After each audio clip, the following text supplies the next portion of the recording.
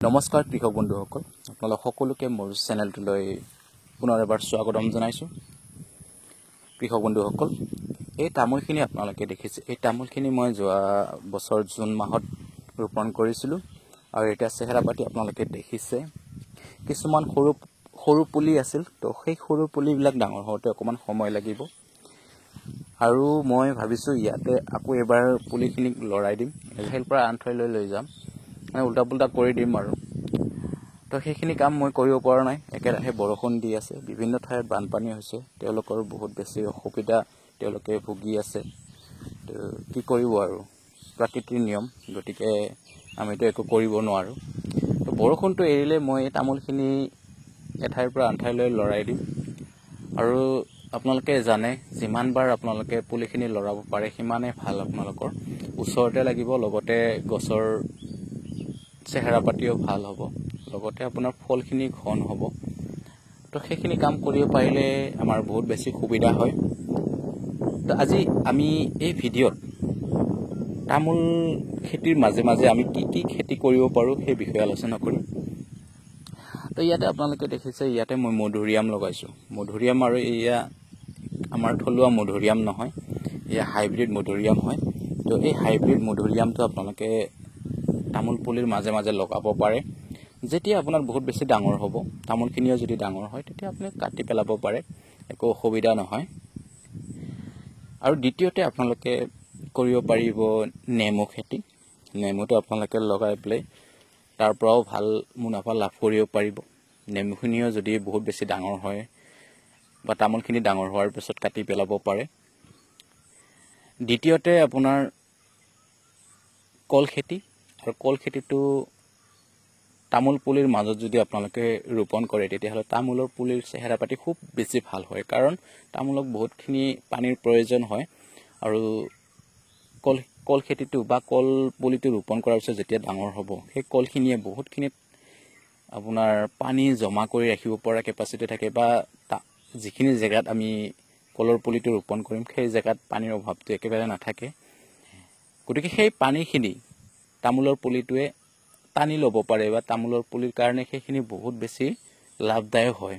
গতিকে কলৰ পুলি যদি আমি তামোল খেতি কৰাৰ আগতে ৰোপণ কৰাৰ পিছত কলখিনি যদি 1 ফুট 2 ফুট হোৱাৰ পিছত যদি আমি তামোলৰ পুলিখিনি ৰুই দিব পাৰোঁ, তেতিয়া তাৰ বহুত বেছি ভাল বুলি ক'ব লাগিব, বেষ্ট মেথড বুলি ক'ব লাগিব। যদি আমি গোটেইখিনি তামোলৰ মাজে মাজে কলৰ পুলিখিনি ৰুই দিব পাৰোঁ, তেতিয়াতো বহুত বেছি ভাল বুলি ক'ব লাগিব। তো কল খেতিটো আপোনালোকে মাজে মাজে কৰিব পাৰে। যেতিয়া আপোনাৰ তামোলখিনি ডাঙৰ হ'ব, ডাঙৰ হোৱাৰ পিছত কলখিনি উঠাই দিব পাৰে আপুনি, আৰু যদি ৰাখিব বিচাৰে ৰাখিবও পাৰে। আপুনি ভীমকল নহয়, বিভিন্ন ধৰণৰ কল আপোনালোকে লগাব পাৰে।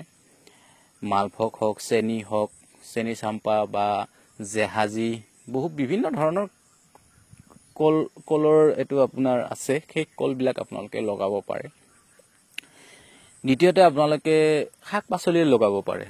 আপুনি এইটো নহয় যে অকল আপুনি তামোল পুলি লগাইছোঁ ইয়াতে আৰু কোনো ধৰণৰ খেতি কৰিব নোৱাৰোঁ, তেনেকুৱা ধৰণৰ নহয়। আপোনালোকে যদি বিচাৰে তাত আপুনি জঙলাও বান্ধি পেলাই তাতো আপোনাৰ ৰঙালাও হওক, ভোল হওক, জিকা হওক, তেনেকুৱা ধৰণৰ খেতি কৰিব পাৰে। আৰু আপোনালোকে হালধি কৰিব পাৰে, আদা কৰিব পাৰে। আপোনালোকে মাটিখিনি যদি ব্যৱহাৰ কৰিব বিচাৰে, বা মাটিখিনিত যদি আপোনালোকে তামোলৰ পুলিৰ লগতে খেতি কৰিব বিচাৰে, কমচে কম আপুনি বহুত বছৰলৈকে তাত খেতি কৰি থাকিব পাৰে। এইটো নহয় যে তামোল ডাঙৰ হৈ গ'ল আপোনালোকে তাত খেতি কৰিব নোৱাৰে, পাৰে। আপুনি যদি মাজৰখিনি ঠাইখিনি আৰু ৰোপণ কৰোঁতে আপোনালোকে চাব, যদি চাইণ্টিফিকেলি ৰুব যাওঁ তেতিয়াহ'লেতো 8 ফুটৰ দূৰত্বত আমি তামোলৰ পুলি ৰুব লাগে। কিন্তু আমি ইমানখিনি আমি নিয়ম মানি নচলোঁ। আৰু এইখিনি আপোনালোকে দেখিছে, এই পুলিখিনি মই 6 ফুটত ৰুইছোঁ।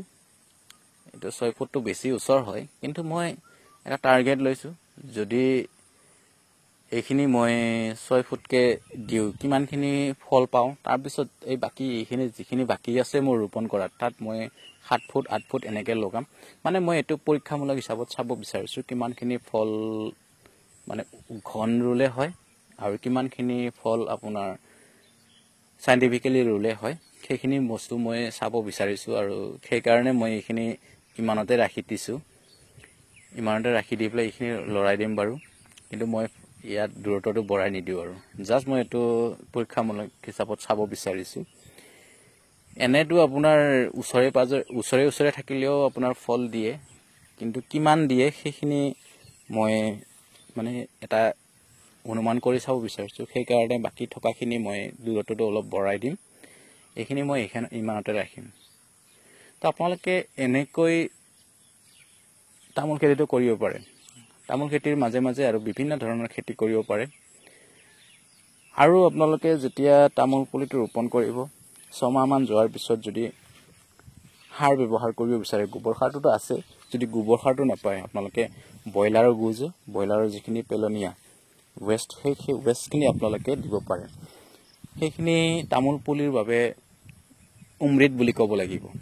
অকল তামোল পুলিয়ে নহয়, বিভিন্ন খেতিতো আপোনালোকে সেই ব্ৰইলাৰৰ গুখিনি ব্যৱহাৰ কৰিব পাৰে। কিন্তু তামোলৰ কাৰণে একদমবাৰে পাৰফেক্ট বুলি ক'ব লাগিব। যদি তামোলৰ পুলিত আপোনালোকে ব্ৰইলাৰৰ গুখিনি চাফ কৰি পেলাই ধুনীয়াকৈ মাটিখিনি অকণমান খুচৰি দিব পাৰে, তেতিয়াহ'লে আপোনাৰ তামোলৰ পুলিৰ গ্ৰ'থটো বহুত বেছি ভাল হ'ব। কিচকিচীয়া ক'লা হৈ থাকিব। আপোনাৰ হালধীয়া বা পাতখিনি ৰঙা হৈ থকাৰ কোনো আপোনালোকে লক্ষণ দেখি নাপাব। গতিকে আপোনালোকে ব্যৱহাৰ কৰি চাব পাৰে, মই ব্যৱহাৰ কৰিছোঁ। আৰু এইখিনি আছিল বন্ধুসকল।